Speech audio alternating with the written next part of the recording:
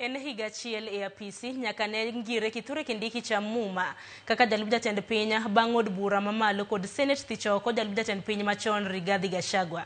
Kindiki maneno okil kamaloka mar jatend piny William Ruto e doho maduong' mar piny ngima ICC ne yudo lemo makamano to Gachagua mae elewe motelo ne yiero mar higa mar 2022. Bang' gol Gachagua, tich maduong' mane ochomo Kindiki ne en hoyo oganda jomasawa mane chunygi ne osejok kendo duoko gi kuom jatend piny William Ruto. Jafwambo marwa mar siasa Chris Awino kolonwa safar mar Kindiki higa achiel e apis. Tarik maket gi makawuono dwe mar 11 higa mokalo e kar maduong' ma KICC sigana machielo ne ondik e buge mag historia mar piny Kenya. Profesa Abraham Kithure Kindiki ne ochako tich ayanga kaka jalup jatend piny Kenya mar adek e bwo katiba mar 2010. I, Kithure Kindiki, do swear. Kindiki mane ogone debe kod thoth jokanyo mag UDA kaka jal mane onego tend jatend piny William Ruto e yiero maduong' mokalo ne ochopo lek mare bang' Rigathi Gachagua chwalo lek makamano mbele. Mabiro bang' senators 67 puodho okang' mar jood bura mar thicho oko Rigathi Gachagua tarik 18 dwe mar 10 higa mokalo tok gwandruok kod William Ruto kuom thuolo malach. So far Kindiki timo maber. Tiyo maber nikech jalup ker ok dwar nobed gi ji mang'eny to kendo ok dware nobed ka suku ng'ama wuoyo mang'eny. Kiwuoyo mang'eny timiyo ker bedo gi wasiwasi ni dhi mae loch. Koro nikech Kindiki en ng'ama kuo mang'eny, aparo osetiyo maber. Bet mare kaka jalup ker pok okelo lokruok ma jopiny ne dwaro. Gima osetimo malong'o osebedo jatich manigi adieri ne Ruto. Nikech otiyo ne gi loyalty mare, otimo gima onyise. To ok ane kokelo ndhadhu mar jalup ker. Thuolo machuok bang' Profesa Kindiki chamo muma, Ruto ne oyawo chunye kendo wacho ni gwelo mar Kindiki ne dhi miye kwe kaachiel gi thuolo maber mar chopo singo mane omiyo oganda jo Kenya bang' bedo kod gwandruok kod jalupne machon Rigathi Gachagua thuolo machuok tok yiero mokalo. Korka kore, Kindiki ne osingo mar dolo bad sati kendo konyo William Ruto e chopo singo mane omiyo oganda jo Kenya kinde campaigns, singo ma jonyon weche mag siasa wacho ni oserito nyaka sani. Kindiki to chalo ng'ama bolore. To lakini gima onego bed ni ipimo gi godo en ni en ber mane ma gimede ofisno. Nikech jatend piny ok many ng'ama dhi werne.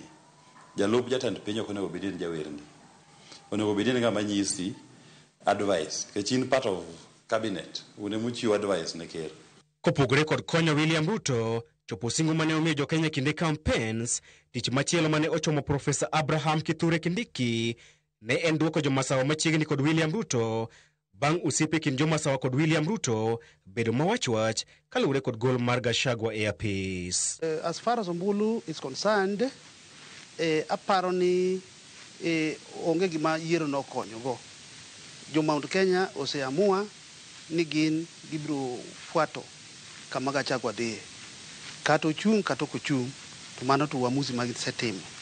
Gima yiero nokonyogo omiyo Ruto stability. Ruto ne paro ni samoro koketo Kindiki to jomasawa nyalo duogo. Ok gibi duogo. Jomasawa nowuok kuome nikech uchumi manokethre ni. Noke nikech Gachagua. Gachagua noluwogi kuma ne gisegadhie cha. Mondo koro time bedo jatendgi mabe nigi lwachne. Koro kelo Kindiki ok en suluhu ne tuo momiyo ne giwuok. Medo William Ruto mbi e gwenge mag masawa motelo ne yiero maduong' mabiro nyalo miye thuolo maber mar rito lemo mare tok yiero mabiro, lemo ma jonon weche mag siasa wacho ni pod ni thuolo ne ng'ata ng'ata. Ruto pod dhi chung' gi Kindiki. Ruto pod dhi temo sero ombulu ma piny masawa. Mane kumo dokie. Po mar jakom Raila Amolo Odinga obiro loko siasa ma Kenya. To osechako loko siasa ma Kenya. Joma ne liere e kudi sani koro wegi kaka kiye. To joma ne oloke kaka gunia migweyo bende koro sani odong' kiye, gima gibiro gweyo onge.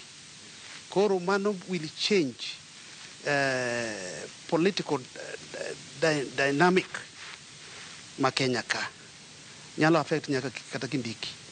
Chris Owino, Ramogi TV, Nairobi.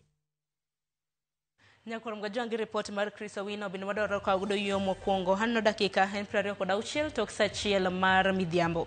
Kapo kaka yo matinya kurom gajwang ote yorono le magwa magote machok karedi ka uchiel nono mbui magwa magoganda bindo biro ni achiel ka chiel ko kale mbui mar Facebook wantiere